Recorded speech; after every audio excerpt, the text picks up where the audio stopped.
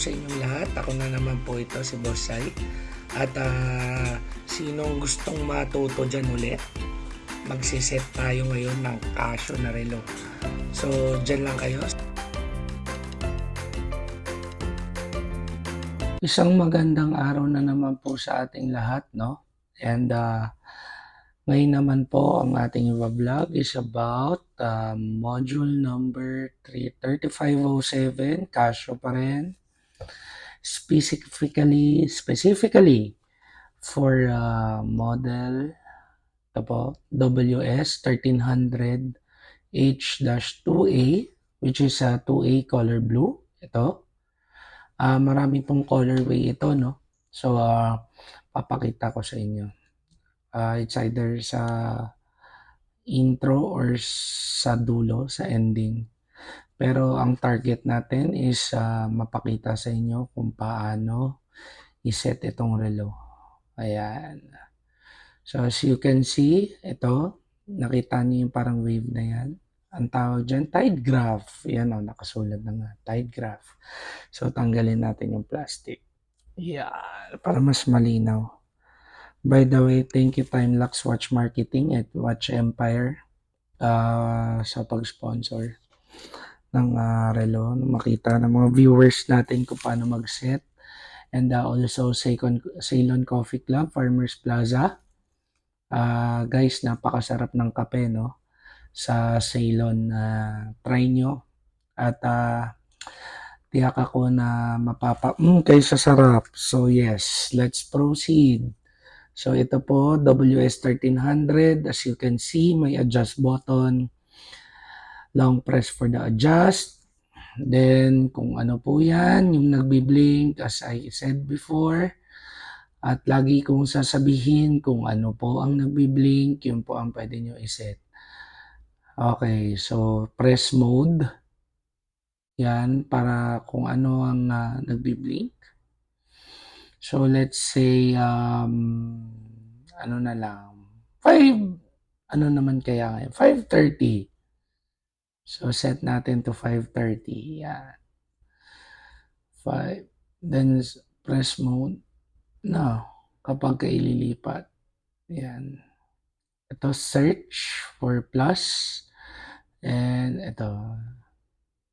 Yan, pabalik. Ito, paabante. Okay? So, let's say 5:30. Yan. Then, press mode again. Year po ito, 2006. So, let's set this to 2024. Ito po or ito, kahit anong dyan, bahala na po kayo. Pagka lumagpas, kunwari ito, for example, nag-2025, hindi nyo na po kailangang ikutin yan. Just press this button. Okay. Then, press mode again. Sorry po, naka-gloves ako. Medyo nahirapan ako magpindot, pero okay lang. Ayan. Set natin to, let's say, Feb, ano naman kaya? Ano ba maganda, guys? Kasi, syempre, iba't ibang date din ang pagsiset, no? Pero let's say, Feb 15 naman. Yan. Then, mode. Yan. So, guys, no? So, yun. Pagka bumalik na dito, ibig sabihin, na-set nyo na ulit. Lahat ng kailangang iset, na-set nyo na. Yan. So, once na na-set nyo na lahat, just press the adjust button. Yan.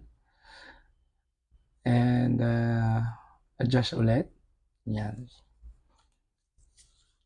So, ganyan mag-set ng model na ito, WS1300. And as you can see, meron siyang moon phase. So, February 15, Thursday, ganito ang itsura ng moon natin. So, it's ano ba tawag dyan?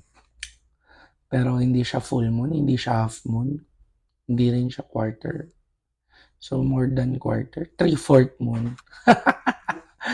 So yun, pasensya na kayo guys. Hindi ako masyado familiar sa tawag sa moon, pero ang importante, ay napakita ko sa inyo kung paano mag-set nito. And this is a 100 meter water resistant with 10-year battery upon production.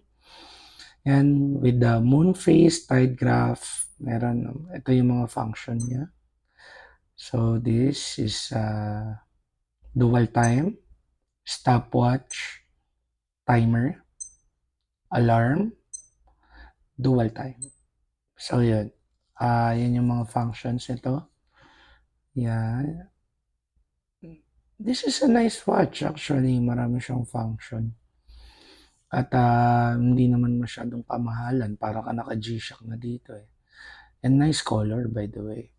And at the end of this video, I will show you kung ano yung mga kulay nito. At it's either sa intro or sa ending ko ipapakita. Pero maganda both. So, para makita nyo. And by the way, this is all available at Timelux Watch Marketing and Watch Empire, no? They're both located at Farmers Plaza, Cubao. And meron din available sa Shopee and Lazada. So guys, thank you and see you on my next vlog.